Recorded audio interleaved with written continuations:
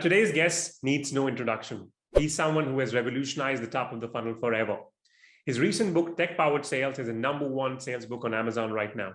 The book will challenge the status quo, make you uncomfortable, and make you a pro if you're responsible for the top of the funnel for your organization. So do give it a read. I can vouch for his practices and methodologies that have done what he preaches. At the same time, my team and I both have benefited from it. I welcome Justin Michael on the show.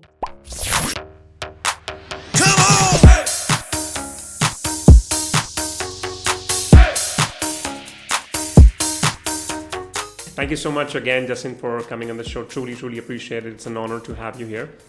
I have a lot of SDRs in India, a lot of salespeople in India, kind of are connected with me. So I'm not sure if everybody would know you. Could you give the audience your background? Like, what do you do? Yeah, so I do sales development, but I automate it. That's been the key. So for 20 years, I've been in sales, worked for companies like Salesforce and LinkedIn, and ran large teams. My biggest team was actually 1,000. And then I worked for a company where I ran operations, and we did sales development for 100 startups at once. And that's where I tested millions of emails and sent from 80 sequencers and cadences and intent data. And so I wrote a book called Tech Powered Sales based on these experiences.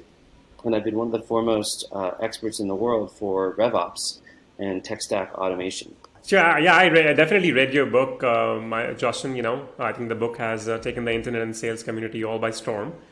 I think I've read the book, and the first time I read it, I'll be honest, it kind of made me feel uncomfortable a lot. Because I for a moment, I thought, this is something which I have not done. And when I kind of think about the future, as you have published in the book, it's kind of scary. Some of the parts are scary good, I would say. And I can't stop asking my candidates if today, if bots will replace human being, and I get very interesting answers based on that. I think your book is leaps and bounds ahead of what people currently think of sales. And you mentioned in the book how sales development or top of the funnel deserve the same respect and pay. Do you want to talk more about that? Yeah. So, opening's the new closing. People are getting, thousands of messaging now. It's so hard to break through. And it's really all about how do you personalize? How do you make your messaging stick out?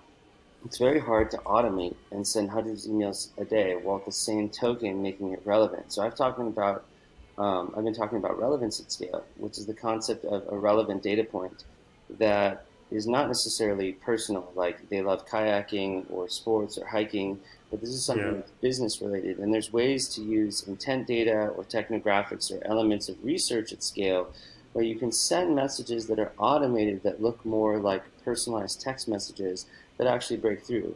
Because if you think at this point, people are downloading HubSpot templates and sending them in mass. And so you're really going against the last 999 messages. Agreed.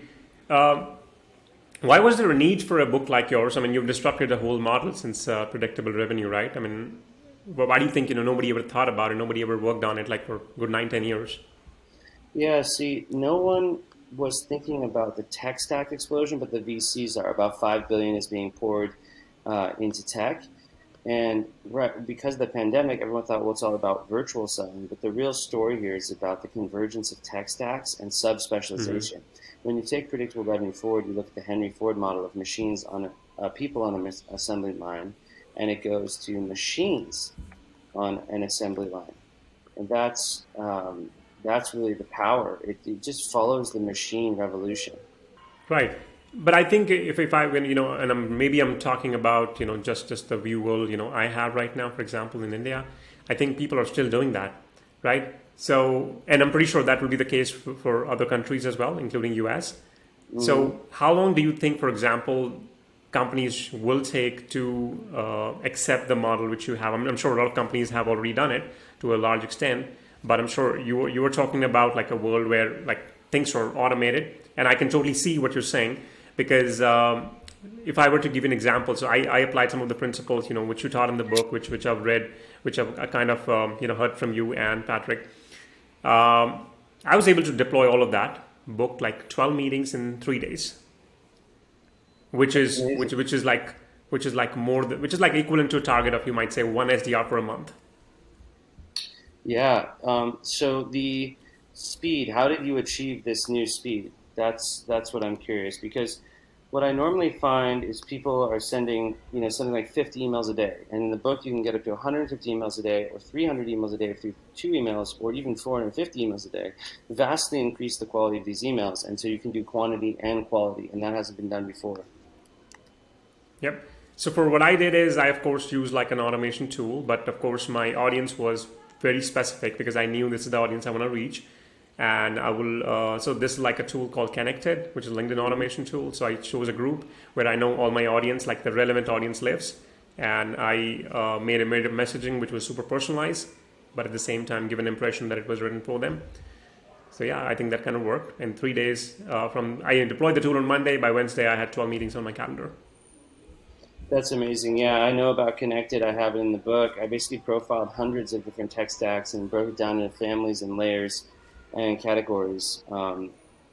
Yeah, so this is my core thesis. In the 2020s, if you're sending emails one at a time, or if you're dialing the phone one at a time, it's Dark Ages mentality, because there's sequencers like Sales Loft and Outreach and 125 others, and then there's parallel assisted dialers, which basically dial the phone between 4 and 10 times at a time.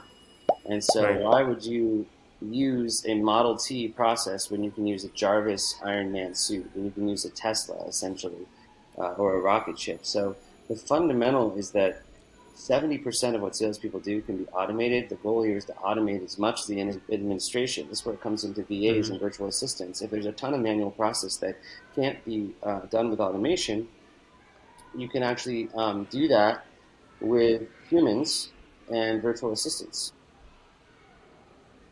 Fair enough.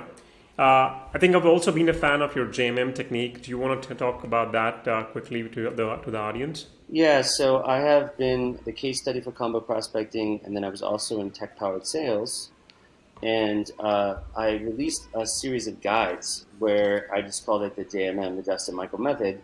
And in these guides, I talk about really basic neuroscience, like sending emails that look like text messages that only takes 3 seconds to read, as opposed to something that is a long expository marketing email that takes 30 seconds or 13 seconds, I think is the exact.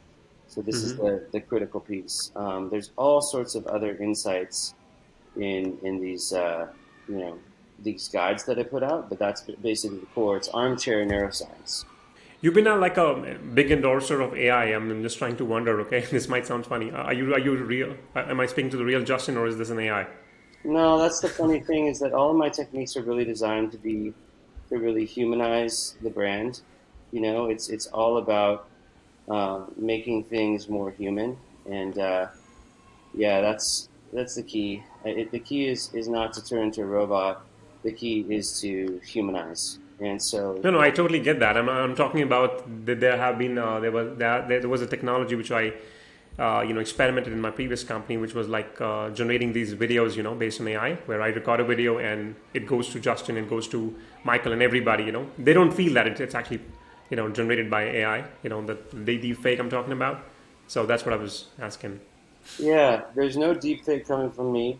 It's really me doing all the work. Sometimes I do have virtual assistants or help from automations or things that I pre-program, but I still to this day respond to the messages myself. And I just work really hard. And yeah, I actually don't, there's no artificial intelligence from me actually yet. I just don't know how to operate at that level. I use this technology called Synthesia.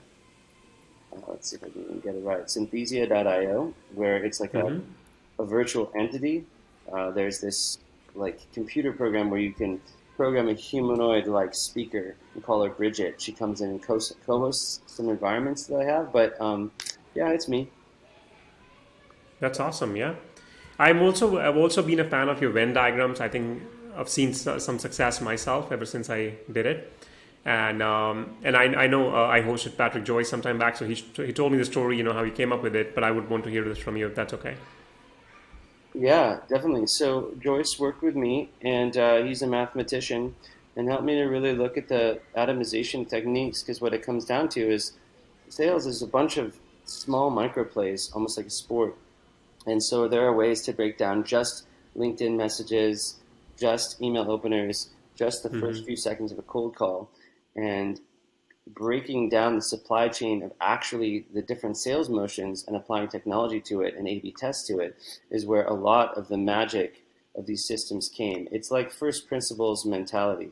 I would always think, well, what is something that no one has done? No one has used sequencers and made it look like a text message, like literally one sentence, no capitalization. Or clustering, sending bursts of messaging, 1, 2, 3 days, where it's just clumps of messaging bubbling up in the thread. Most people send messages day 1, day 3, day 5, day 7. What if you send day 1, bump it day 2 with the word thoughts, day 3, send an image? What about visual prospecting? Nobody wanted to put visuals in emails. That was link out to the PDF, link out to the infographic.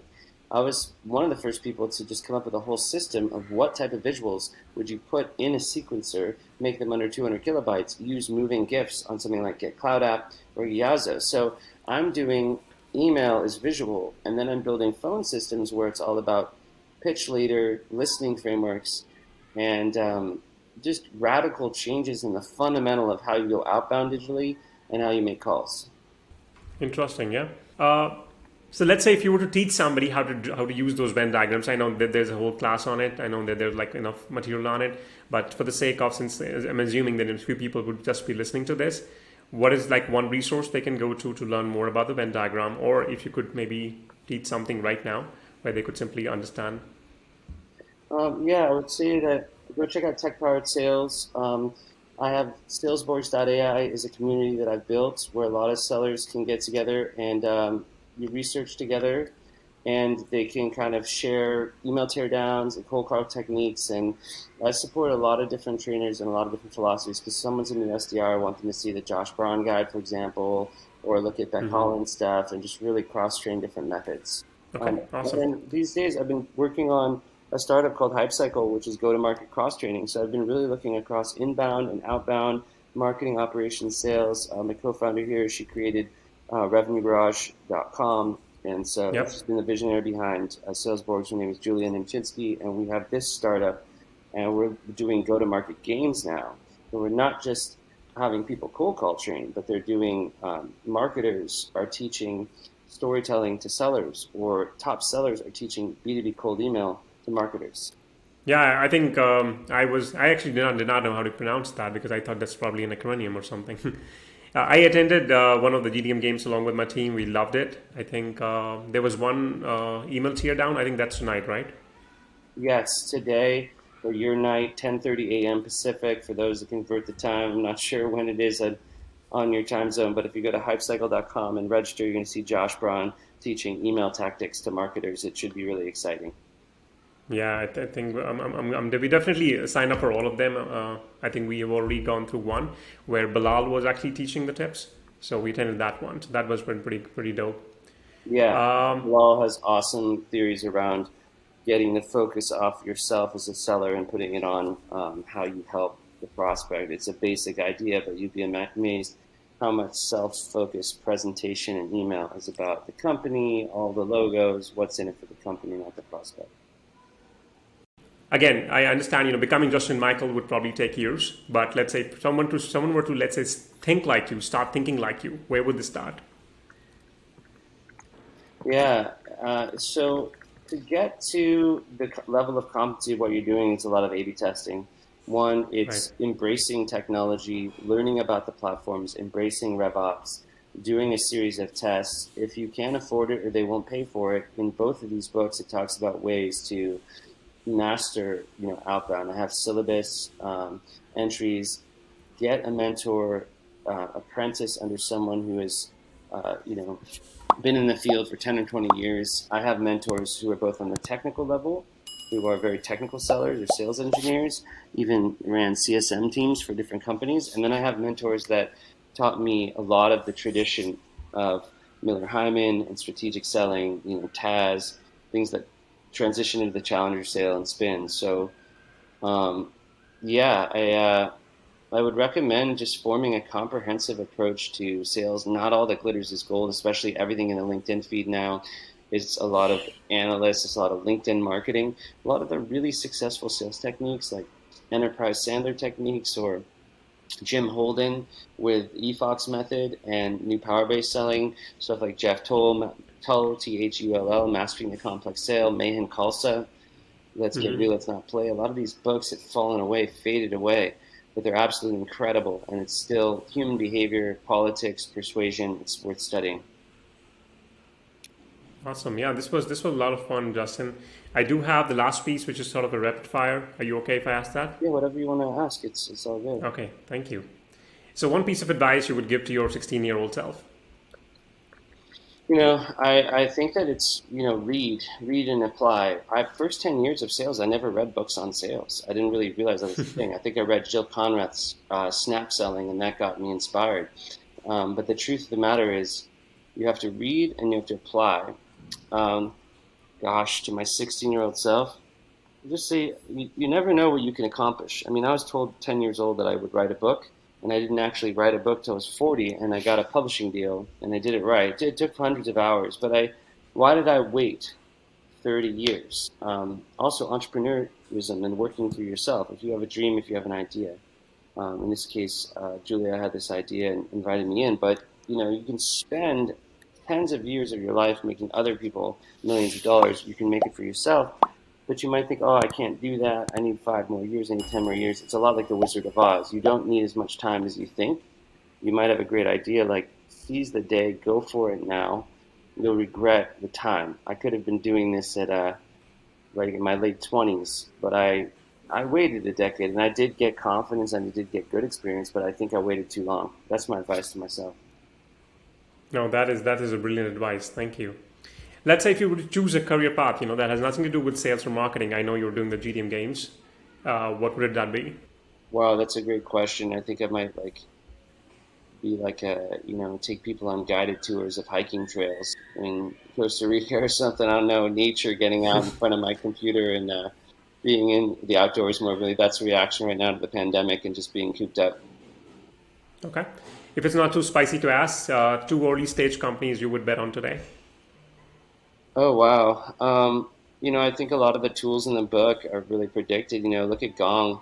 It's got a $7 billion valuation, just raised $250 million. I think conversational intelligence as a category is really powerful because it's going to get to a point where as you're talking, it can predict what to say next. So artificial intelligence as sales assistants while we're on calls like this, giving us, telling me more about Rahul, your intent, your emotions, bringing up, right? Like imagine if I had an AI right now giving me intel into, hey, mention Rahul just had funding or just did this with this company. But right now I'd have to kind of multitask and be researching at the same time. But if the AI could serve that information, I think technologies that don't replace selling but assist sellers it'd be looking into that area. Totally, yeah. I mean, if I could find out, hey, Justin is really enjoying the show or not, I mean, yeah, I could probably ask better questions. Yeah. Okay, so last question, okay? 2 pieces of technologies every leader or founder you think, should invest in while building their top of the funnel. I think it's absolute table stakes now to have a sales engagement platform. Look on G2 Crowd, there's 125 sales, Loft, Outreach, Ring DNA, Groove, Xant. These are some of the famous ones. Yeah. Also critically important to have a parallel assisted dialer, not just a dialer. I'm talking about Connect and Sell, Orem. Some of these technologies allow you to dial the phone at once, multiple calls at once, and then hot switch, because there's no reason you should be spending 8 hours a day making calls if you can make 200 dials, 100 to 200 dials in 2 hours. It just makes you extremely efficient. You need to be automating everything possible. You need automating your calls, automating your emails. It's semi-automated though. Those are the 2 really big ones, and then intent data. Not just having the emails and calls, but having some way to prioritize the accounts and the people inside your target addressable market.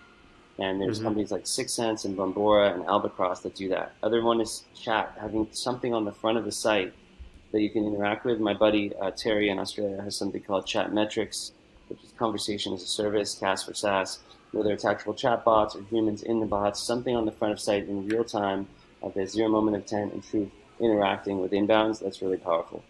These are GTM recommendations for the GTM games, but some of that is sales related. That was awesome. Yeah. Thank you so much, Justin, again, for coming in the show. Thank you for having me. A lot of fun. I hope it was exciting. Thanks for watching this video. If you liked the video a teeny tiny bit, would you like the video, subscribe to the channel and tell me what you liked? Throw your best insult at me if you did not like any part and you would want me to improve. I promise you will not offend me. Seems like too much work, right? Let's start with subscribing and let me know in the comments what I should cover next. Thanks again.